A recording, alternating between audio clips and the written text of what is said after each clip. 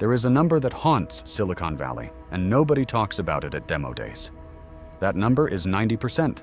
9 out of every 10 startups will fail. But the ones on this list didn't just fail quietly. They raised hundreds of millions of dollars. They got backing from Microsoft, from SoftBank, from Sam Altman himself. And they still collapsed. Not because of bad luck, not because the market shifted. Because their own financial filings told the truth their pitch decks never did. And if you'd read those filings before investing, you would have seen the disaster coming from miles away. Let's start with the most absurd one. Builder. AI raised $450 million.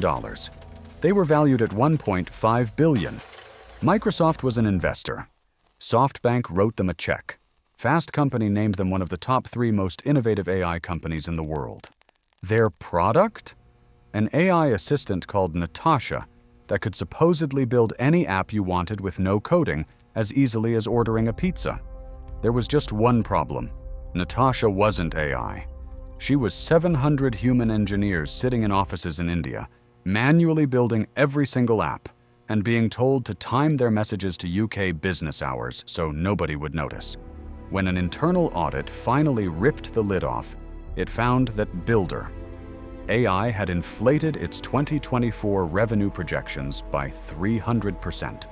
They claimed $220 million in revenue. The real number was somewhere around 50 million. They were running a classic round-tripping scheme with another company called Verse Innovation, trading fake invoices back and forth to create the illusion of explosive growth. When their lender Viola Credit discovered the discrepancies and seized $37 million from the company's accounts, Builder. AI was left with $5 million and 1,000 employees who were about to lose their jobs. They filed for bankruptcy across the US, UK, India, the UAE, and Singapore. A federal investigation is now underway. This wasn't a startup that failed. This was a startup that lied. And the financial filings, had anyone scrutinized them, would have shown revenue figures that didn't match any reasonable projection of their actual customer base. Now let's talk about Humane. 2 former Apple executives, Imran Chaudhry and Bethany Bongiorno, left Apple to build the future of personal computing. They raised $230 million. Their investors included Sam Altman, Mark Benioff, SoftBank, Microsoft, and Qualcomm Ventures. At one point, their valuation hit $850 million. The product was the AI Pin, a small wearable device that clipped to your shirt, used voice commands and a tiny laser projector, and was supposed to replace your smartphone. It cost $699 plus $24 a month for connectivity. When the review embargo lifted and tech reviewers finally got their hands on it, the verdict was devastating. One of the most watched tech reviewers on YouTube called it the worst product he'd ever reviewed. Users reported overheating, constant malfunctions, and a basic inability to do the things it promised. Returns outpaced sales. The company tried slashing the price to $499, but it was too late. Here's what the financial filings should have told investors. Humane had burned through over $200 million before shipping a single unit to a paying customer. They had hundreds of employees on payroll for years with zero revenue. They were a hardware company with no proven manufacturing pipeline, no carrier relationships beyond a single T-Mobile deal, and a product category, screenless wearables, that had never been validated by any consumer market anywhere. In February 2025, Humane sold its assets to HP for $116 million. The AI Pin was discontinued. Investors who put in $230 million got back less than half. The technology, the patents, and the team went to HP. The product itself went to the graveyard. Number 3. Canoo. This one hurts because it looked so legitimate on the surface. Founded in 2017 by 2 former BMW executives, Canoo designed electric vehicles for fleets and ride-sharing with a distinctive, bubbly design and a modular skateboard platform. They went public in 2020 through a SPAC merger, raising around $600 million. They had partnerships with NASA, the Department of Defense, the U.S. Postal Service, the state of Oklahoma, and Walmart. And then you read their financial filings and the picture falls apart completely. In 2022, Canoo generated exactly $0 in revenue. In 2023, they made $886,000, roughly a third of which came from the state of Oklahoma buying 3 vans. Meanwhile, they piled up over $900 million in losses between 2022 and mid-2024. Their CEO's private jet bills in 2023 exceeded the company's entire annual revenue. The SEC had already fined them $1.5 million for misleading investors with unrealistic revenue forecasts before their IPO. By October 2024, their cash reserves had dropped to $4.5 million. Their stock price collapsed from around $1.40 to 11 cents, a 99% decline. They tried to get a loan from the Department of Energy. Denied? They tried foreign investors.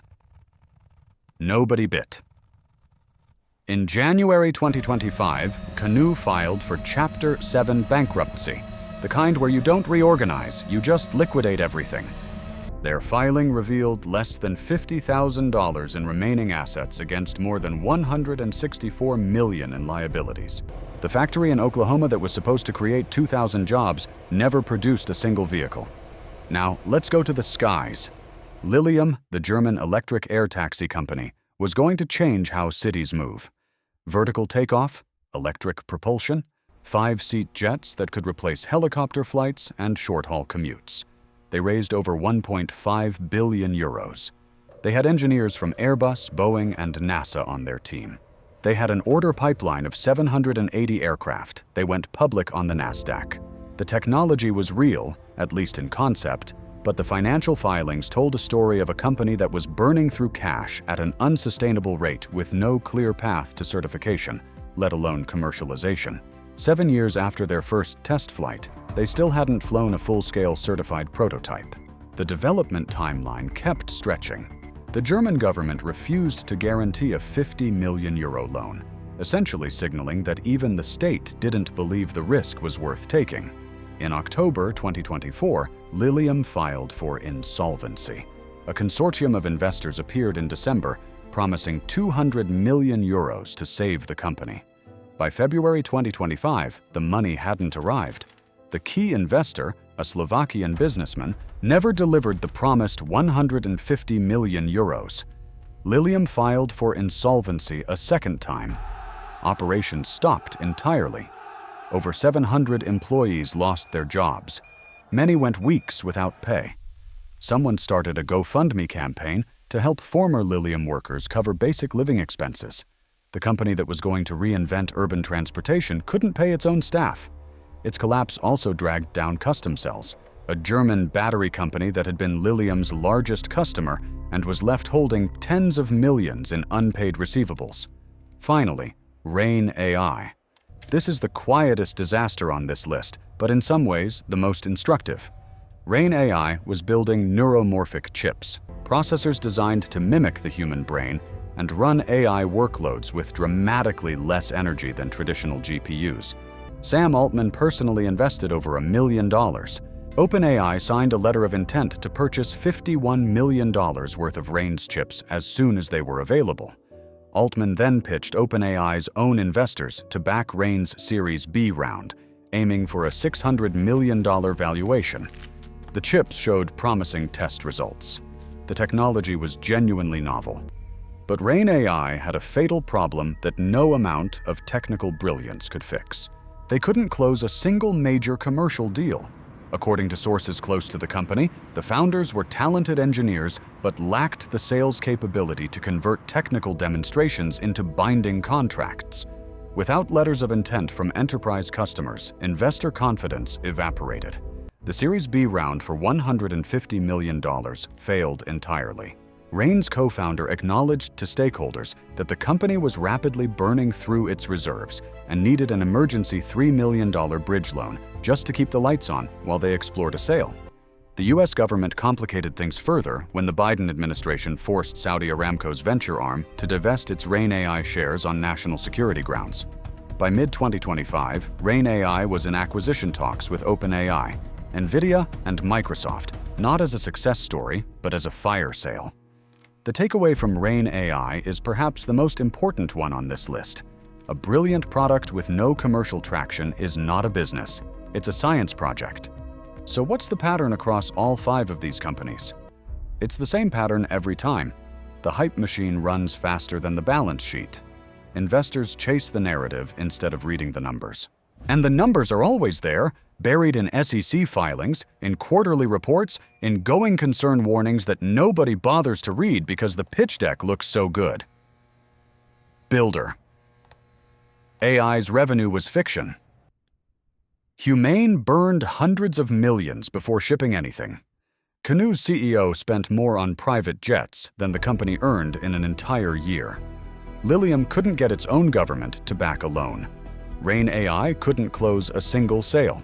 Every single one of these red flags was visible in their financial filings before the collapse. The information was public. It was just that nobody wanted to look. If you're thinking about investing in any startup, especially one that's generating massive buzz with very little revenue, do yourself a favor. Skip the pitch deck, skip the TED Talk, go straight to the filings, because that's where the truth lives, even when nobody wants to hear it.